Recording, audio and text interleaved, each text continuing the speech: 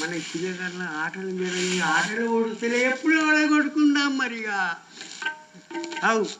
ఎప్పుడు అడగొట్టుకుందాం ఇవన్నీ ఆటలు ఇవన్నీ పిల్లలు జిల్లాలు ఆటలు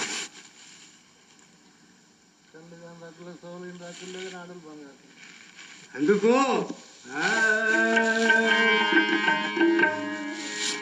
ఏమి తెలువని పిల్లలు